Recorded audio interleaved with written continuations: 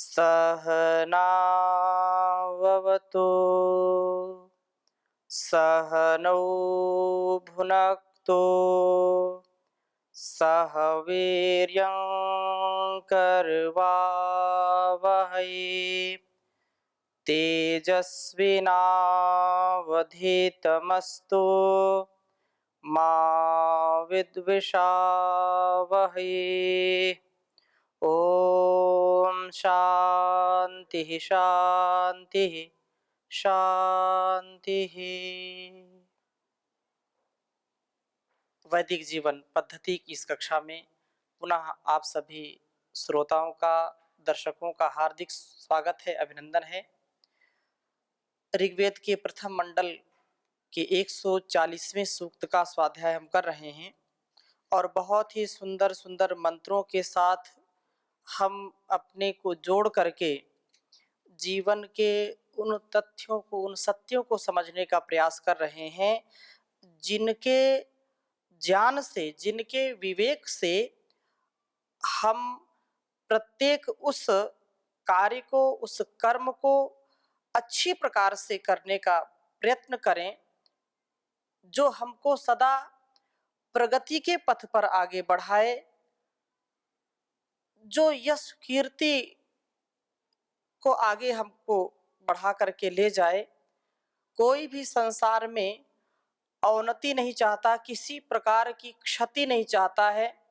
सब चाहते हैं कि हमारी मति, हमारी कृति, हमारी भक्ति ठीक ठीक चले। कम से कम वे लोग जो अध्यात्म जीवन जीना चाहते हैं, जो अध्यात्म का आलंबन लेकर के आगे बढ़ना चाहते हैं, आध्यात्मिक जगत का सहारा ही हमको सच्चा सुख दे सकता है। यदि भौतिक जगत की चकाचौंध में हम फंस गए तो शायद हमको वह उद्देश्य जिसके लिए हमारा जन्म हुआ है वह नहीं प्राप्त होगा। उस उद्देश्य से हम भटक जाएंगे, उस पथ से हम भ्रष्ट हो जाएंगे, उस रास्ते को हम भूल जाएंगे। हम ठीक ठीक रास्ते पर चलें और उसके लिए परमात्मा ने यह शरीर जो साधन के रूप में दिया है, इस भवसागर से पार जाने के लिए, तरने के लिए ये नौका जो मिली है, ये जो नैया मिली है, नाव के रूप में जो शरीर मिला है, इस शरीर रूपी नाव को हम अच्छा बनाएं। इससे जो कुछ हम चाहते हैं वो प्राप्त कर सकते हैं, क्योंकि जब नाव ठीक होती है तो कहीं भी हम समुद्र में तैरें, सागर में कहीं भी किधर भी जाएं, हमारी रक्षा हो सकती है। परंतु यदि नाव हमारी ठीक नहीं है, यदि कहीं उसमें कमी है, सुराख है या जीर्ण शीर्ण अवस्था में है तो उससे हम पार नहीं जा सकते हैं। बहुत भयंकर नदी, बहुत भयंकर जो तूफान आता है तो वहाँ पर यदि नाव ठीक नहीं है तो व्यक्ति तबाह हो जाता है, जीवन उसका समाप्त हो जाता है। तो बहुत ही सुंदर मंत्र 140वें सूक्त में 12वां मंत्र यहाँ पर हम देखेंगे। इसको पहले मैं लिख देता हूँ, फिर चर्चा आपके समक्ष करता हूँ। ओम रथाय नावमुत नो गृहाय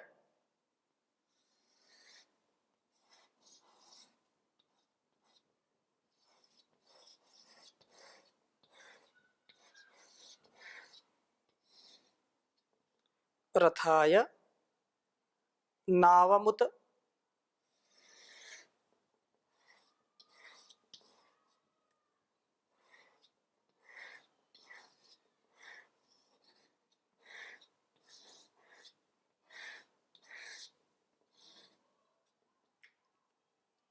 नो गृहाय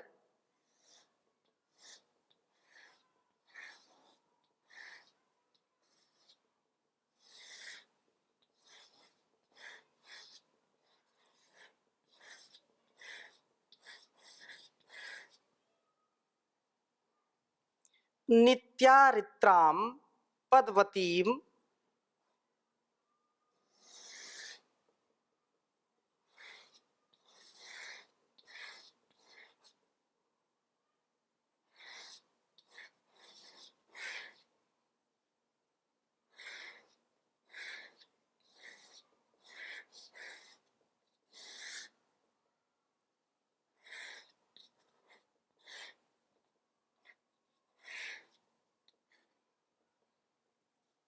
पदवतीं रासज्ञे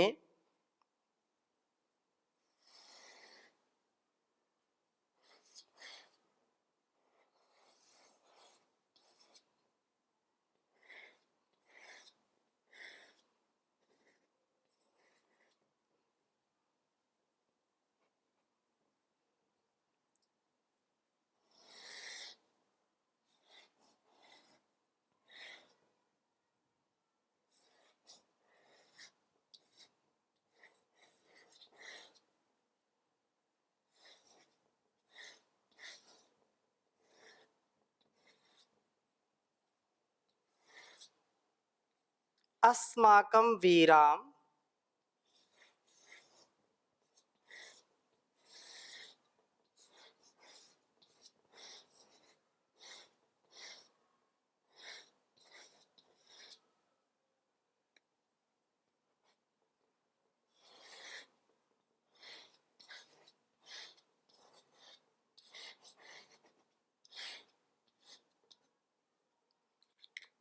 उत नो मघोनो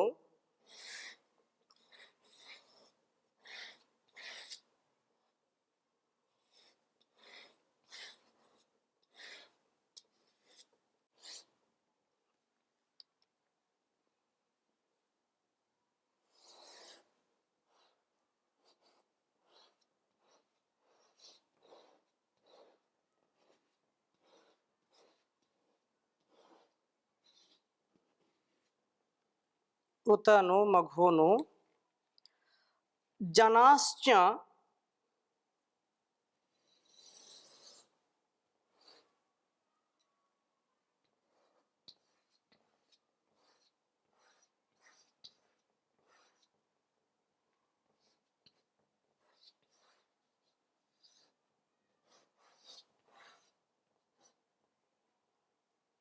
या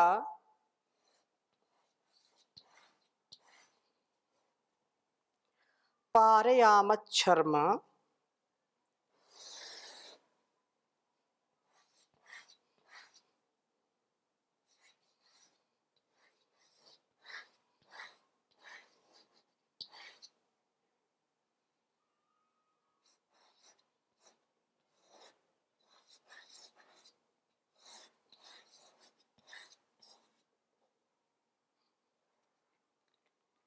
याच।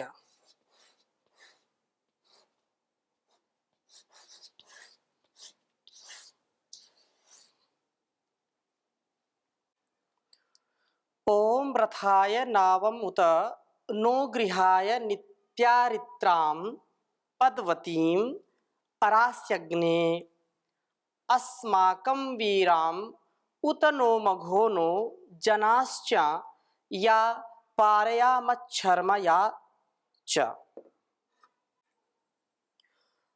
ओम रथाय नावमुत नो गृहाय नित्यारित्रां पदवतीं रासग्ने अस्माकं वीरामुत नो मघोनो जनाश्च या पारयामच्छर्म या च। ओम रथाय नावमुत नो गृहाय नित्यारित्रां पदवतीं रासज्ञने अस्माकं वीराम उत नो मघोनो जनाश्चाया पारयामच्छर्म या च। बहुत ही सुंदर मंत्र है।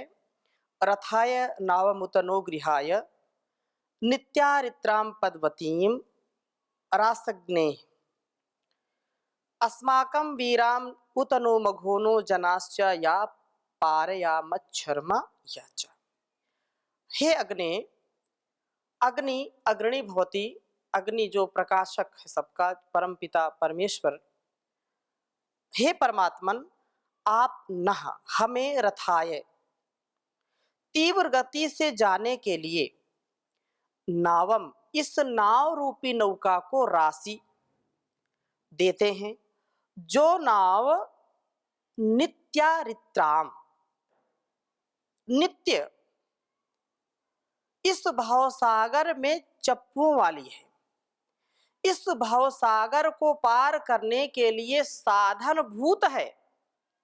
जो यह भवसागर जो संसार सागर है, इस संसार सागर से पार उतरने के लिए यह शरीर हमको नाव के रूप में मिला है।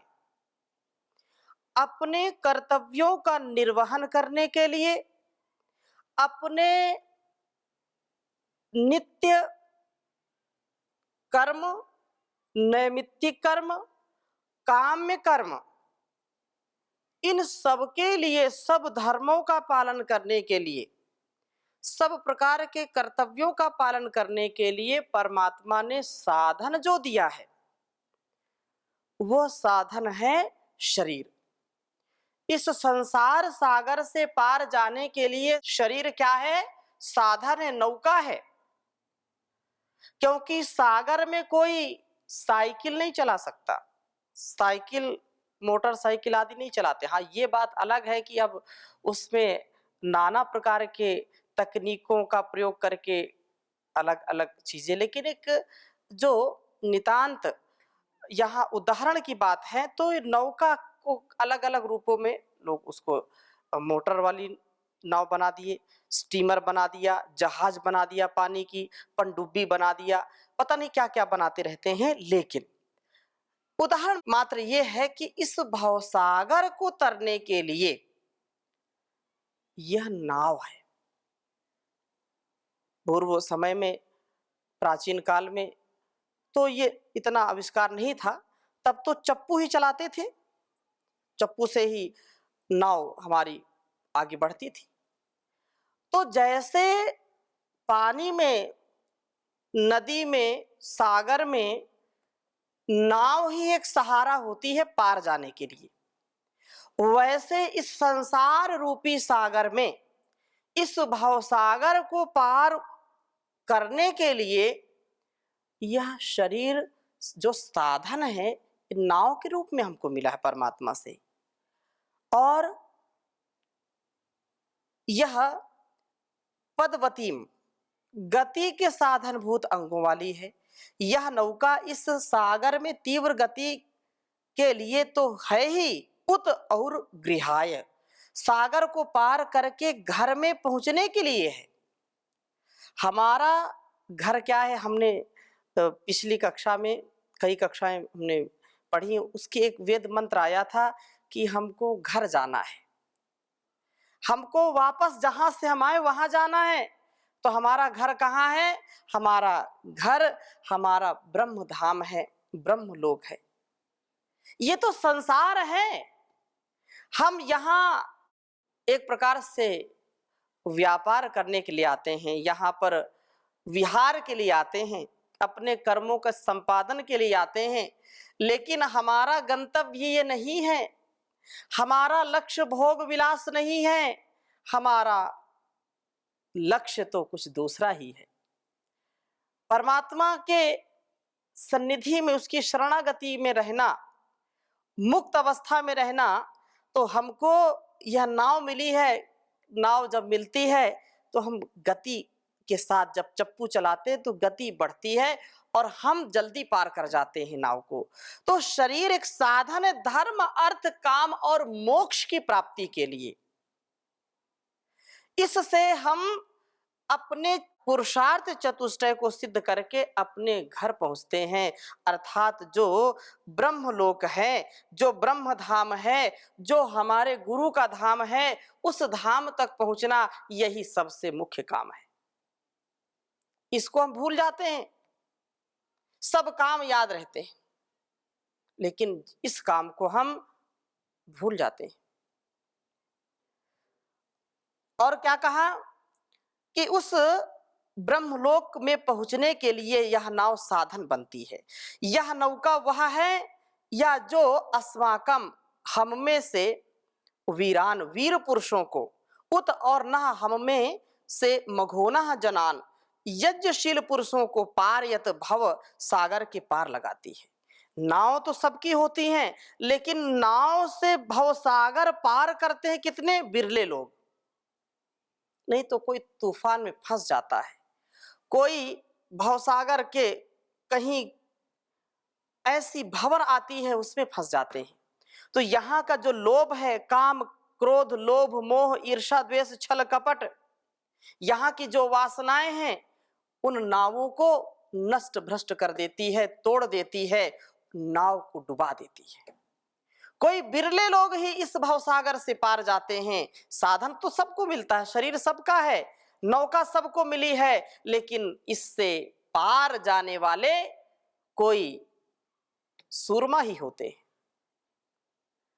कोई ब्रह्मचारी जो जितेंद्रिय होकर के, यजनशील होकर के, वीर धीर गंभीर लोगों को ही यह लक्ष्य मिलता है कि वो पार कर जाते। इसलिए कहा अस्माकं वीराम उत नो मगोनः जनाश्चया पारम यच्छर्म याच।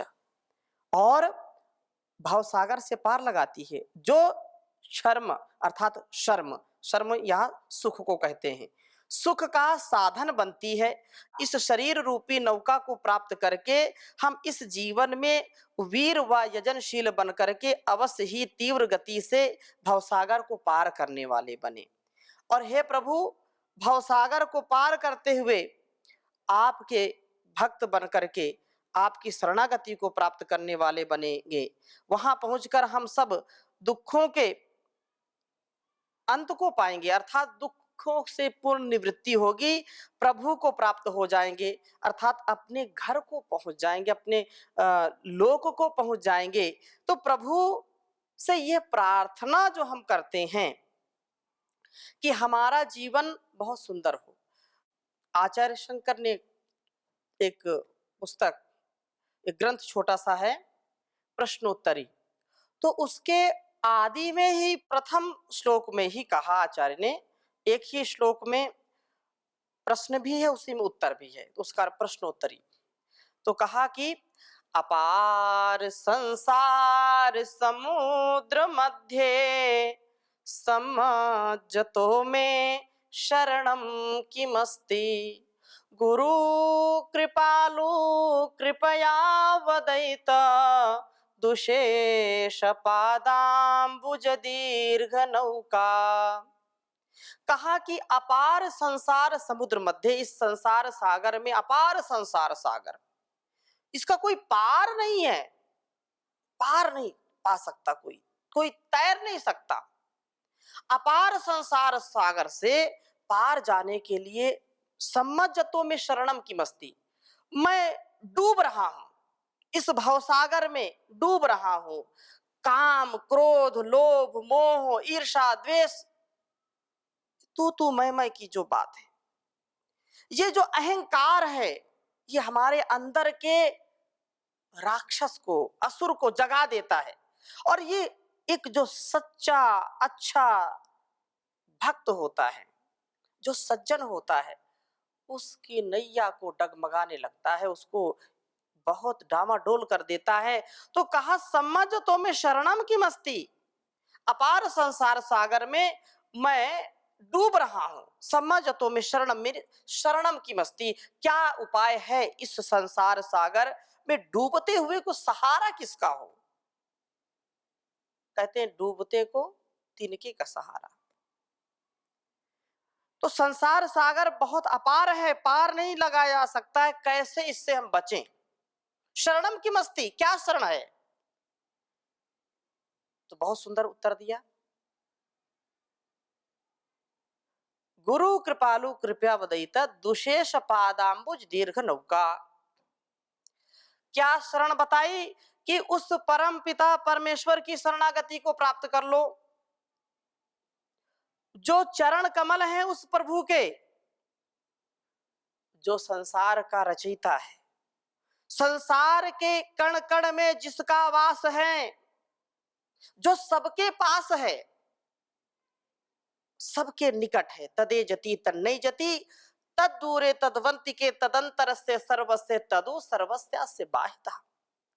जो जर्रे जर्रे में समाया है, जो खुदा है, खुद आया हुआ है, स्वयं उपस्थित है, पत्ता पत्ता जिसकी सत्ता और व्यवस्था का गुणगान कर रहा है, उसकी शरणागति ही सबसे बड़ा हमारे लिए साधन है। डूबने को यदि हम हैं तो डूबने से बचने का एक ही उपाय है, इस नौका को प्रभु के सहारे कर दो। प्रभु के सहारे जब हम हो जाएंगे तो हम डूबेंगे नहीं, हम बच जाएंगे, प्रभु की शरणागति हमको मिल जाएगी। इसीलिए कहते हैं जीवन तुम्हारा तुम्ही को है अर्पण, लगा दो किनारे इसे मेरे भगवन। तुम्हारे भरोसे है ये जीवन की नैया, लगा दो किनारे मेरे खिवैया, कहीं डूब जाए ना, कहीं डूब जाए ना, इसे तुम बचा लो, लगा दो किनारे इसे मेरे भगवन। ये जीवन तुम्हारा तुम्ही को है अर्पण, लगा दो किनारे इसे मेरे भगवन। तो ये जो शरीर मिला है ये नौका है, और नौका को हम कैसे व्यवस्थित रखें, तो वेदानुकूल आचरण करके इस साधन को जो भगवान से मिला है, इस जहान की सेवा के लिए इस इंसान को मिला है, ये सबसे बड़ा कार्य है, सबसे बड़ा कर्तव्य है कि इसकी हम रक्षा करें, जो ये संसार से हमको बचाने वाला है। ये साधन जो है ना ये बहुत बड़ा है। इसलिए कहा है तुम मेरे जीवन के धन हो और प्राणाधार हो, तुम मेरे जीवन के धन हो और प्राणाधार हो। एक तुम दाता दयालु सबके पालनहार हो, तुम मेरे जीवन के धन हो और प्राणाधार हो। जिंदगी की नाव मैंने सौंप दी प्रभु आपको, जिंदगी की नाव मैंने सौंप दी प्रभु आपको, तुम डुबाओ या बचाओ, तुम डुबाओ या बचाओ मेरे खेवनहार हो, तुम मेरे जीवन के धन हो और प्राणाधार हो। जागते सोते कभी भी मैं तुम्हें भूलूं नहीं, जागते सोते कभी भी मैं तुम्हें भूलूं नहीं। भेष दो राजा का मुझको, भेष दो राजा का मुझको, या गले संग हार हो, तुम मेरे जीवन के धन हो और प्राणाधार हो। भर रहा धन धान्य से ही सबके तू परिवार को, भर रहा धन धान्य से ही सबके तू परिवार को, देते तुम थकते नहीं हो, देते तुम थकते नहीं हो, ऐसी तुम सरकार हो, तुम मेरे जीवन के धन हो और प्राणाधार हो। गा रहे तेरा नाम पंछी, गीत गाती है पवन। गा रहे तेरा नाम पंछी, गीत गाती है पवन। रंग रहे रंगों से जग को, रंग रहे रंगों से जग को, ऐसे रचनाकार हो। तुम मेरे जीवन के धन हो और प्राणाधार हो, और प्राणाधार हो। तो उस परमात्मा के द्वारा दिया गया यह जो नौका रूपी हमको साधन मिला है, इसको हम त्याग से, तप से, पुरुषार्थ से, सत्यता से, पवित्रता से, योग आध्यात्म के मार्ग पर चलाएं, यज्ञ के मार्ग पर चलाएं, परम पुरुषार्थ से जो इस जीवन का लक्ष्य है उसको प्राप्त करें। तो इन्हीं शुभकामनाओं के साथ, शुभ भावनाओं के साथ इस कक्षा को यहीं पर विराम देते हैं। शेष चर्चा अगली कक्षा में करेंगे। ओम शांति शांति शांति।